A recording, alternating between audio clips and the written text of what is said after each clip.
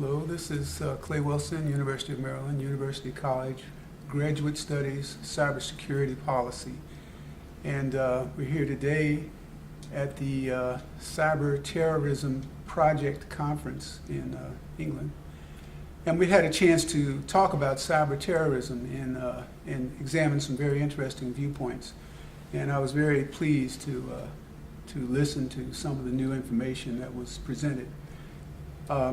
My particular item that I wanted to talk about today was to help raise people's awareness about the way zero-day exploits are now being used to enable cyber weapons. Espionage has been around for a long time. It's very useful for nation states to keep an eye on what their neighbors are doing so there are no surprises leading to unexpected conflicts. With cyber espionage, cyber weapons for espionage are enabled through zero-day exploits. They unzip top secret systems and allow cyber weapons to be inserted into secure systems.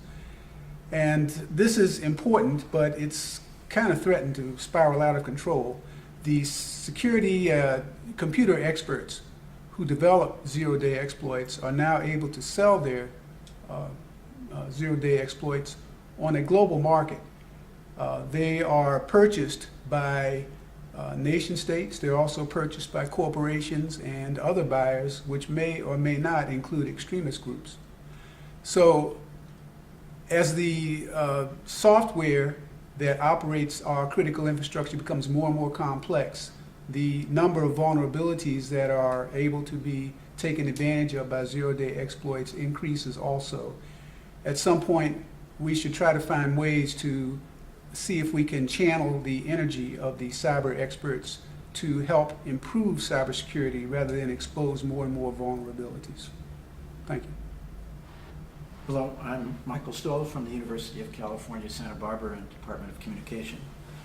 In my talk, which is titled Dr. Strangeweb, or How We Stop Worrying and Learn to Love Cyberwar, I begin by tracing the parallels between cyberwar and cyber terrorism on the one hand, and state terrorism and terrorism on the other, and discuss the often sensationalized manner in which the threat of so-called cyber terrorism is presented.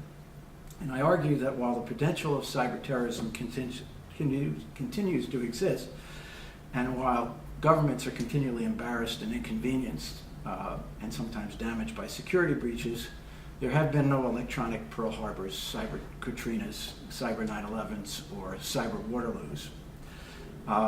And in the paper, my talk considers the implications of the growing planning for and use of cyber war capabilities.